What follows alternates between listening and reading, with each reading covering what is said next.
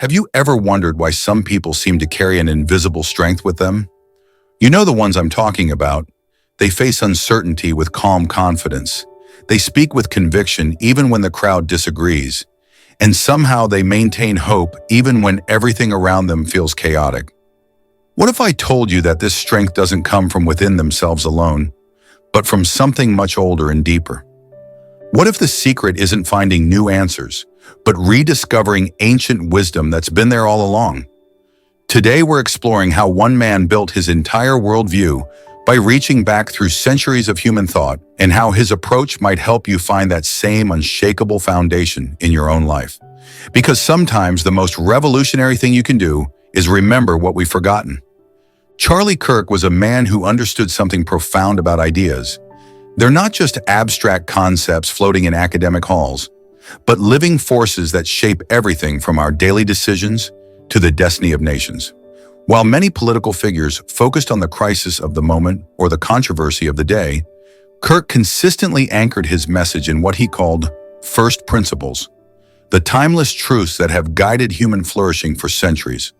In his speeches across college campuses, in his debates with critics, and through his podcasts reaching millions, Kirk didn't just offer his own opinions. He invited his audience into a conversation that had been going on for over 2,000 years, connecting them with voices like James Madison, C.S. Lewis, Alexis de Tocqueville, and Thomas Aquinas. He saw himself not as the originator of ideas, but as a translator, taking the wisdom of ages and making it accessible to a generation that desperately needed to hear it. This wasn't mere intellectual showmanship. Kirk believed that the battles we face today, between freedom and control, virtue and decay, truth and conformity, are echoes of struggles humanity has wrestled with since the beginning of civilization. By understanding how great thinkers of the past approached these challenges, we could find our bearings in the present and build something lasting for the future. What made Charlie Kirk's approach so compelling was his conviction that these weren't dusty museum pieces, but living truths that could transform how we think about everything from raising children to participating in our communities.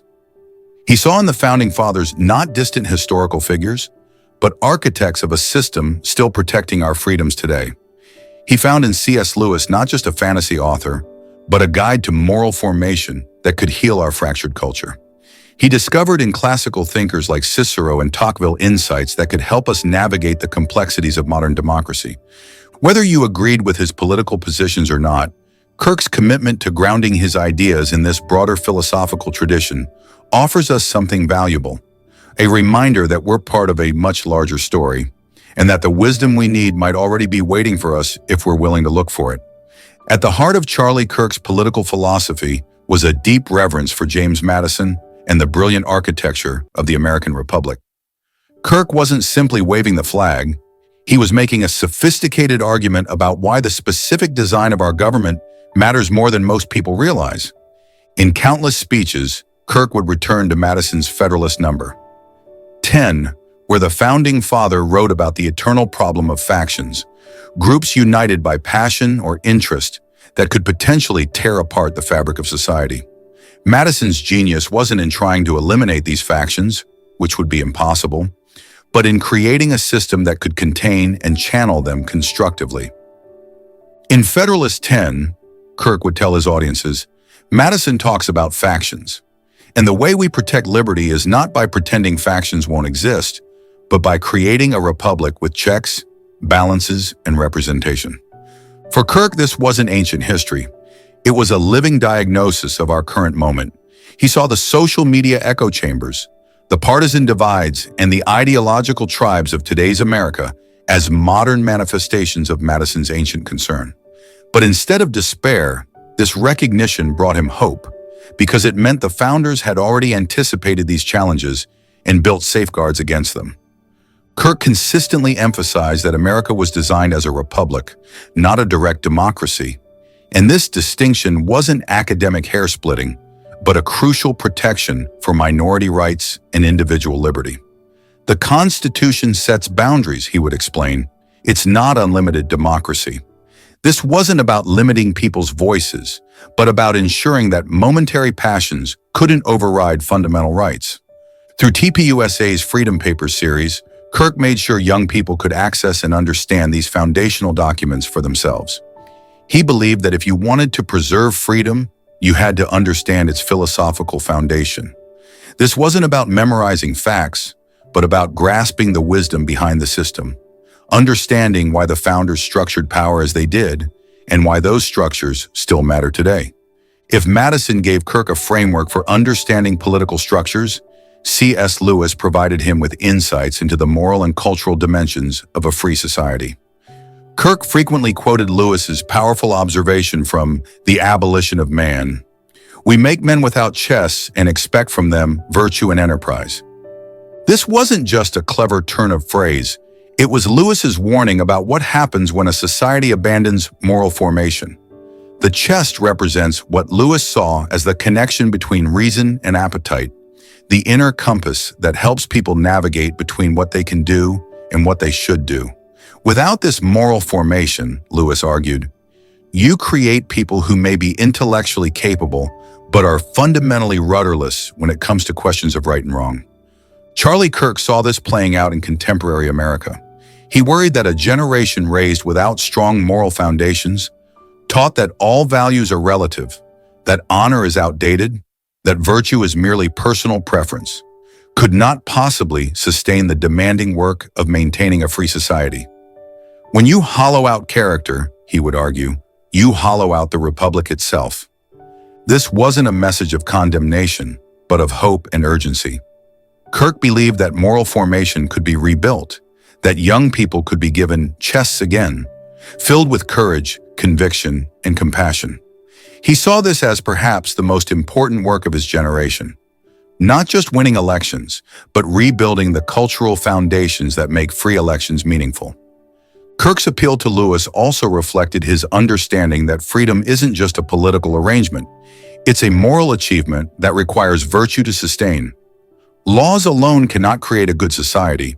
They depend on citizens who have internalized the values that make law unnecessary in most daily interactions. One of the most distinctive aspects of Charlie Kirk's approach was his willingness to engage directly with his critics. While many public figures surrounded themselves with friendly audiences, Kirk actively sought out hostile environments, college campuses where his views were unwelcome, debates with articulate opponents, Q&A sessions where he knew he'd face tough questions. His motto captured this philosophy: ask questions, be civil, they won't be. This wasn't just a debate strategy. It reflected a deep philosophical commitment to what John Stuart Mill called the marketplace of ideas. Kirk believed that truth wasn't fragile, that it could withstand honest inquiry and vigorous debate. In fact, he argued that truth only became stronger through this process. Get out in the streets, find the best ideas, let them confront each other, Kirk would challenge his audiences. This echoed not just Mill's liberalism, but Tocqueville's emphasis on associations and persuasion, Madison's reliance on representation and reason, and ultimately the Socratic tradition of pursuing truth through dialogue. Even critics acknowledged this commitment. After his passing, Breitbart noted that he never stopped talking to people who he absolutely disagreed with. This wasn't masochism or attention-seeking. It was a philosophical position that saw dialogue as the lifeblood of democracy and persuasion as the proper method of changing minds. Charlie Kirk understood that this approach required genuine courage. It's much easier to speak to people who already agree with you than to face hostile questions from intelligent opponents. But he believed that conservatives, in particular, needed to model this kind of intellectual courage, demonstrating confidence in their ideas by subjecting them to rigorous testing. Lesson 1. The power of first principles. Perhaps Charlie Kirk's most important teaching was about the transformative power of grounding your thinking in first principles rather than reactions to current events. He demonstrated this consistently by returning to foundational questions. What is human nature? What is the proper role of government? What virtues are necessary for human flourishing? This approach offers profound practical benefits for how you navigate your own life and decisions. Instead of being tossed around by every news cycle or social media controversy, you develop an anchor point, a set of core beliefs that help you evaluate new information and maintain your bearings during turbulent times. Kirk showed how this worked in practice. When faced with complex policy questions, he wouldn't just offer his gut reaction or repeat talking points. He would trace the issue back to fundamental questions about liberty, responsibility, and the proper ordering of society. This didn't make him rigid. It made him thoughtful. You can apply this same approach to your personal decisions. When facing a difficult choice about your career, your relationships, your involvement in your community, ask yourself, what are my first principles here? What do I believe about human nature? About what creates meaningful life? About my responsibilities to others?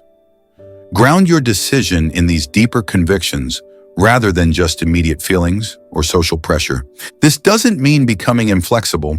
It means developing the kind of intellectual courage that allows you to change your mind based on evidence and argument, while maintaining a stable core of values that guide your growth.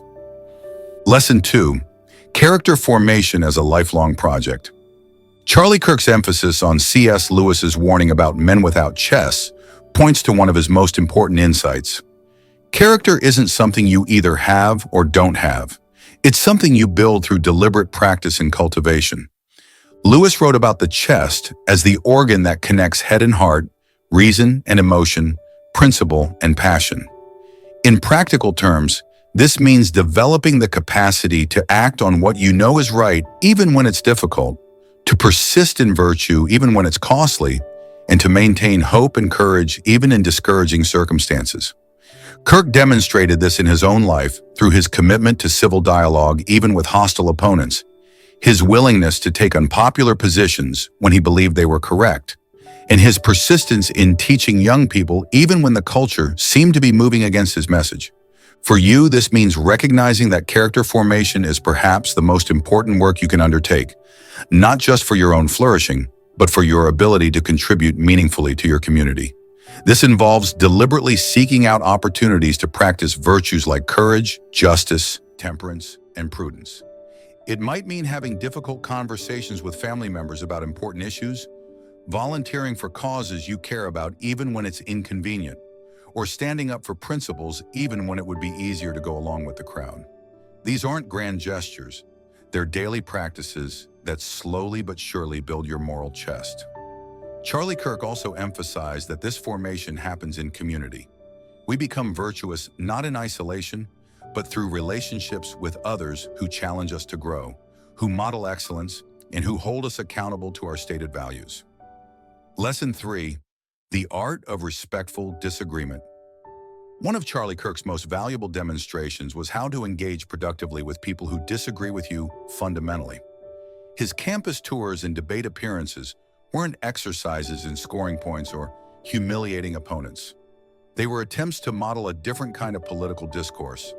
Kirk's approach contains several key elements that you can apply in your own conversations about important issues.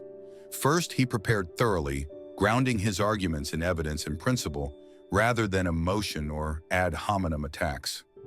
Second, he listened carefully to his opponents, often restating their positions to make sure he understood them correctly before responding. Most importantly, Kirk demonstrated genuine respect for the dignity of the people he was debating, even when he disagreed strongly with their ideas. He operated from the assumption that most people hold their views for reasons that make sense to them, and that understanding those reasons is the key to understanding why they hold those views, first step toward meaningful dialogue. This doesn't mean being wishy-washy or pretending all opinions are equally valid. Kirk held strong convictions and defended them vigorously, but he did so in a way that left room for others to change their minds without losing face, and that modeled the kind of civic discourse that democracy requires to function. You can apply this in your own family discussions, community meetings, or workplace conversations about contentious issues. Instead of trying to win arguments, focus on understanding different perspectives and finding common ground where possible. When you do disagree, do so in ways that respect the humanity of the other person and leave the door open for continued dialogue.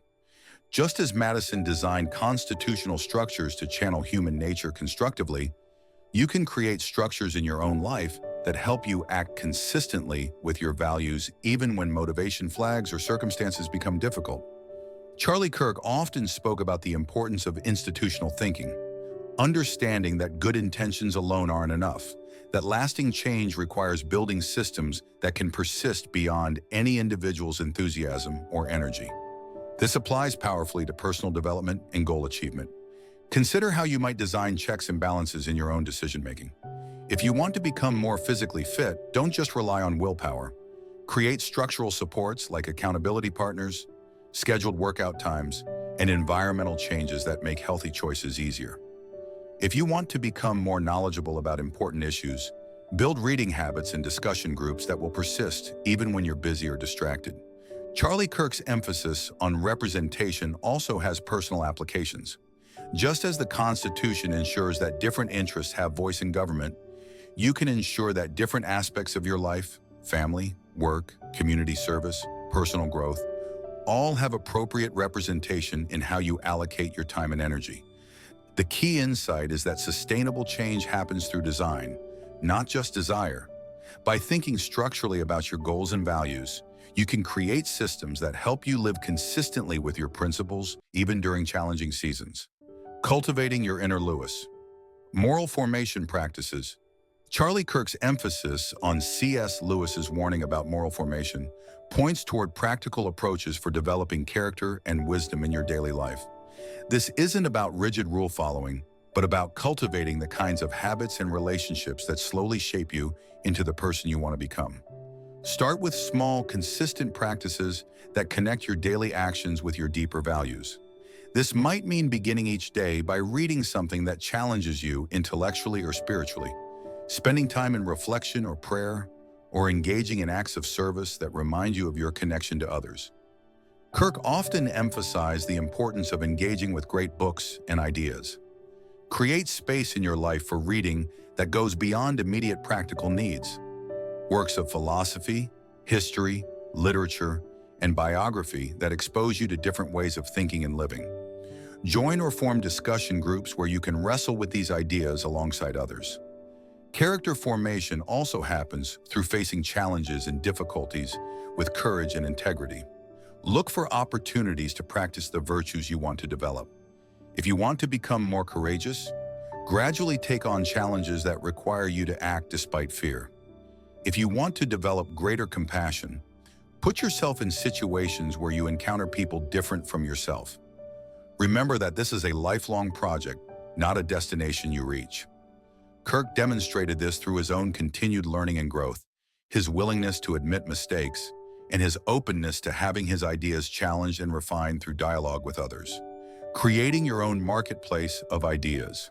Charlie Kirk's commitment to engaging across ideological lines offers a model for how you can contribute to healthier discourse in your own circles.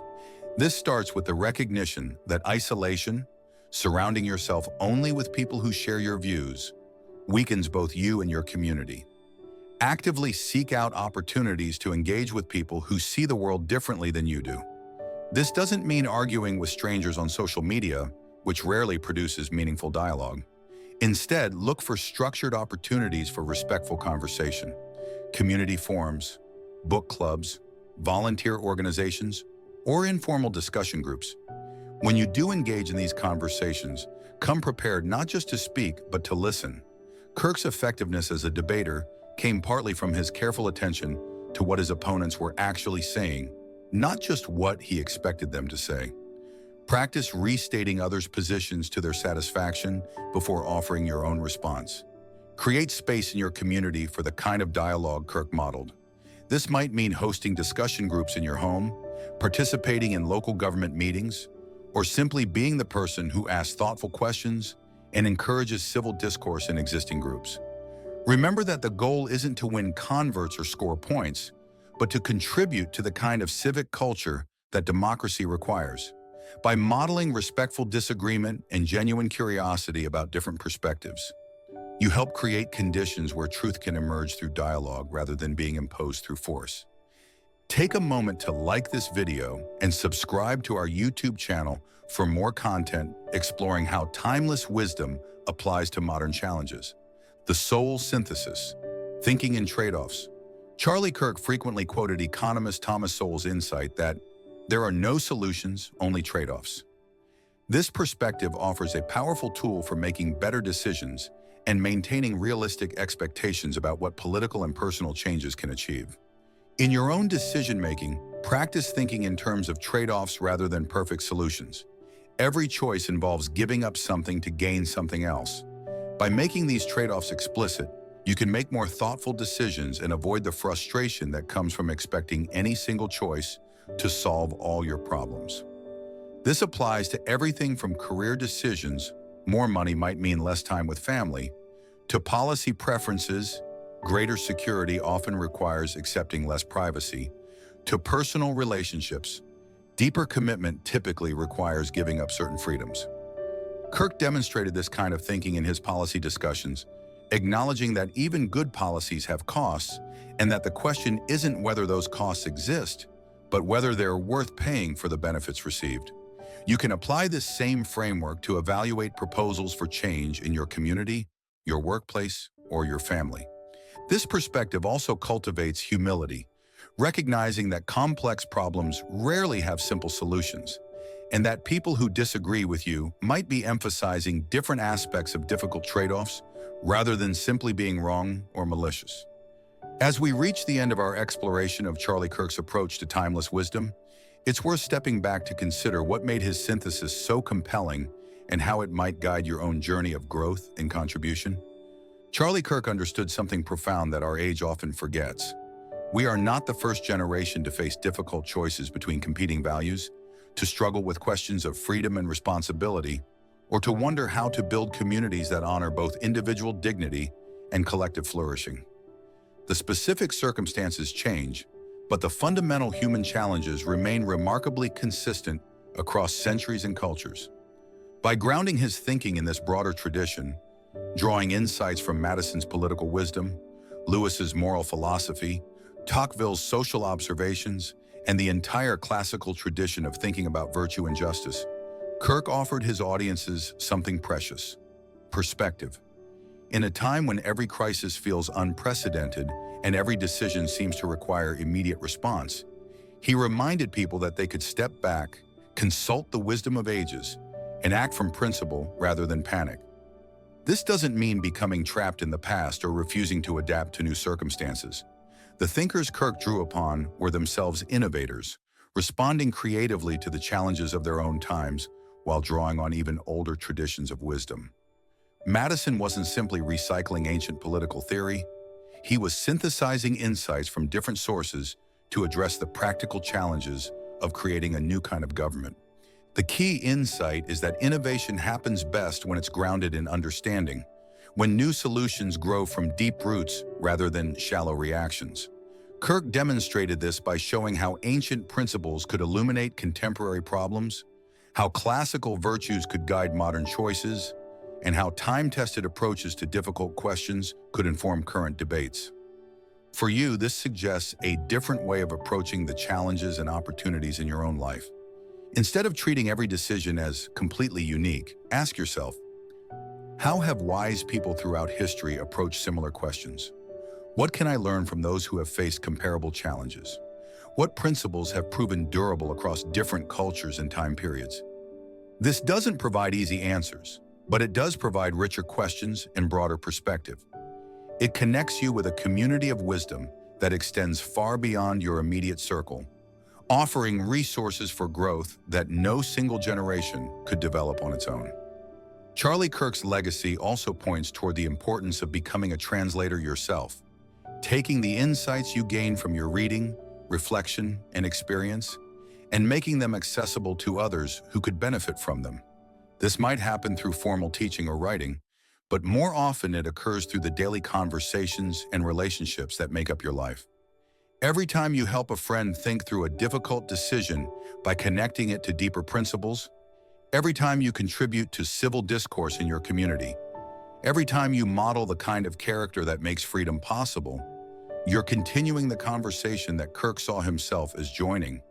You're helping to preserve and transmit the wisdom that each generation needs but cannot create entirely from scratch. The philosophers and statesmen that Charlie Kirk drew upon understood that freedom is never automatic, that character is never guaranteed, and that wisdom must be continuously renewed through the active engagement of each generation with the great questions of human existence. They understood that we are stewards, not owners, of the insights and institutions that make flourishing possible. This perspective brings both humility and hope.